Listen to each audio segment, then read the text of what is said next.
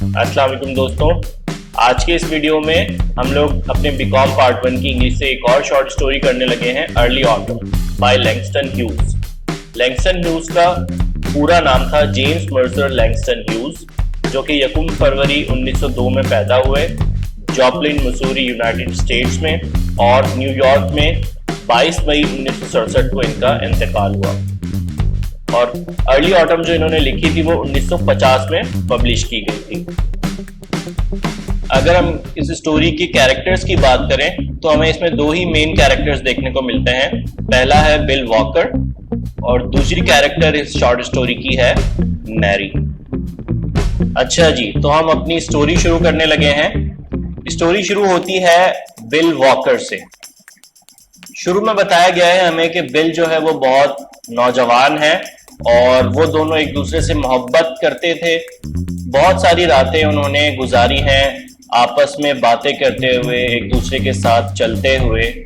फिर उन लोगों के दरमियान कुछ ऐसा हुआ जो कि इतना अहम भी नहीं था और उन लोगों ने एक दूसरे से बात करना छोड़ दी। जो लड़की थी उसने एक दूसरे आदमी से शादी कर ली जिसे उसे लगता था कि वो प्यार करती है, और बिल जो है वो दूर चला गया और बिल के जो ख्यालात थे औरतों के बारे में वो थोड़े से खासे अच्छे नहीं रहे। फिर स्टोरी थोड़ी आगे चलती है। फिर हमें पता चलता है कि वॉशिंगटन स्क्वायर पर चलते हुए लड़की कई सालों में पहली दफा देखती है बिल वॉकर। वो कहती है, बिल वॉकर कह के उसे मुखातिब करती है, यानी कि बुलाती है। वो रुक जाता है और शुरू में वो उसको पहचानता नहीं है क्योंकि वो बहुत ज्यादा बूढ़ी लगती है उसे शुरू में। फिर थोड़ी देर में उसको ख्याल आता है कि ये वही लड़की है जिससे मैं बहुत प्यार किया करता था। मैरी, तुम यहां पर कैसे आई? मैरी अनकॉन्शियसली, बिल्कुल एक ऐसे अंदाज में कि जो उसका इंटेंशनल नहीं था, यानी कि उसका ऐसा इरादा नहीं था, अपना फेस इस तरह से ऊपर उठाती है जैसे कि वो उसे किस करना चाहती है, लेकिन बिल उसे सिर्फ हाथ मिलाने तक ही महदूद रखता है। मैं अब न्यूयॉर्क में रहती हूँ, वो कहती है मुस्कुराते हुए। और तुम्हारा क्या बना बिल? बिल से पूछती है। बिल बताता है कि मैं एक अच्छी कंपनी में, या फर्म इसे हम कहेंगे, एक अच्छी फर्म में मैं एक लॉयर हूं। फिर वो उससे पूछती है क्या तुमने शादी की है अभी तक? वो बताता है हाँ बिल्कुल। फिर इस स्टोरी में हमें जो वहां का एटमॉस्फेयर है वो पढ़ने को मिलता है कि किस तरह से लोग मैरी और बिल के बराबर बराबर से, यानी कि इर्द गिर्द से गुजर रहे हैं जिन्हें वो जानते नहीं हैं। It was late afternoon. ये लेट आफ्टरनून का वक्त इसमें बताया गया है, नियरली सनसेट। तो हम इस बात से अंदाजा लगा सकते हैं कि लेट आफ्टरनून यानी कि तकरीबन 5 बजे का वक्त है। कोल्ड है, यानी कि सर्द है। तो पूछता है कि तुम्हारे शौहर, यानी कि शौहर के बारे में पूछता है, तुम्हारा शौहर कहाँ है, क्या करता है? तो बताती है कि हमारे 3 बच्चे हैं और वो एक ऑफिस में कोलंबिया में काम करती है।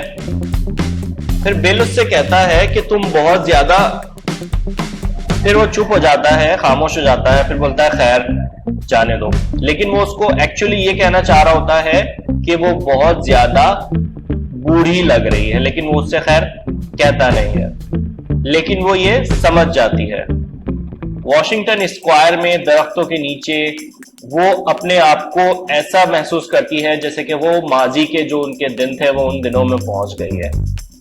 और ये बताया गया है कि अपेरेंटली अब वो उससे बूढ़ी लग रही थी और वो जवान नहीं थी उतनी, लेकिन बिल जो था वो अब तक जो है वो जवान था। यानी कि एक फिगर डिस्क्राइब किया गया है कि बिल अब तक यानी कि अच्छा खासा है और जवान दिख रहा है, और मैरी जो है वो कुछ बूढ़ी बूढ़ी सी लग रही है।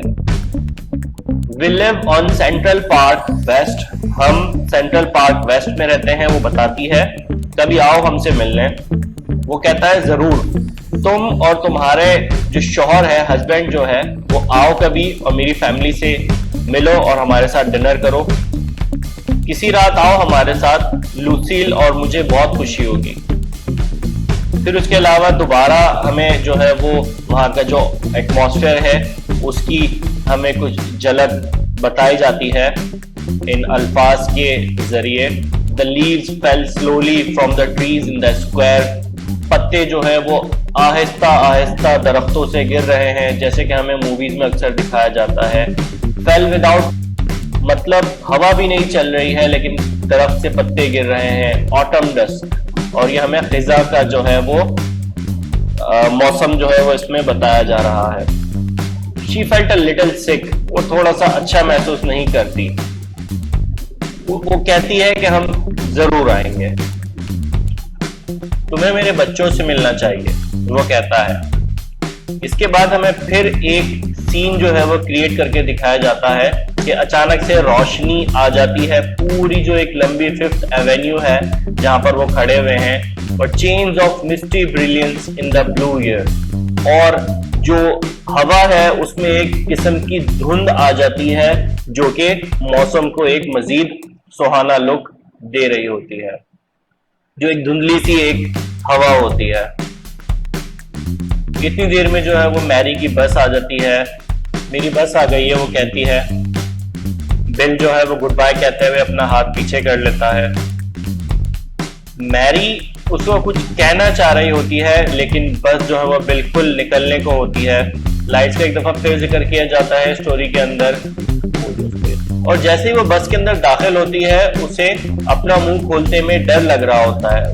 वो डर रही होती है जैसे कि इस वक्त उसके मुंह से एक लफ्ज निकलना भी मुमकिन नहीं है, और एकदम से वो चिल्लाती है गुड बाय, लेकिन उस वक्त तक बस का जो दरवाजा है वो बंद हो चुका होता है। बस स्टार्ट होती है, लोग उनके दरमियान में आ जाते हैं। लोग जो है वो जो स्ट्रीट है उसको क्रॉस करते हैं, वो लोग जिन्हें वो जानते भी नहीं है। फिर उसके अलावा वहां पे स्पेस होता है और लोग होते हैं। एक पूरा हमें सीन क्रिएट करके दिखाया जा रहा है उस वॉशिंगटन स्ट्रीट का, जो वॉशिंगटन स्क्वायर है। फिर एक वक्त वो आता है कि जब उसे बिल नजर भी नहीं आता।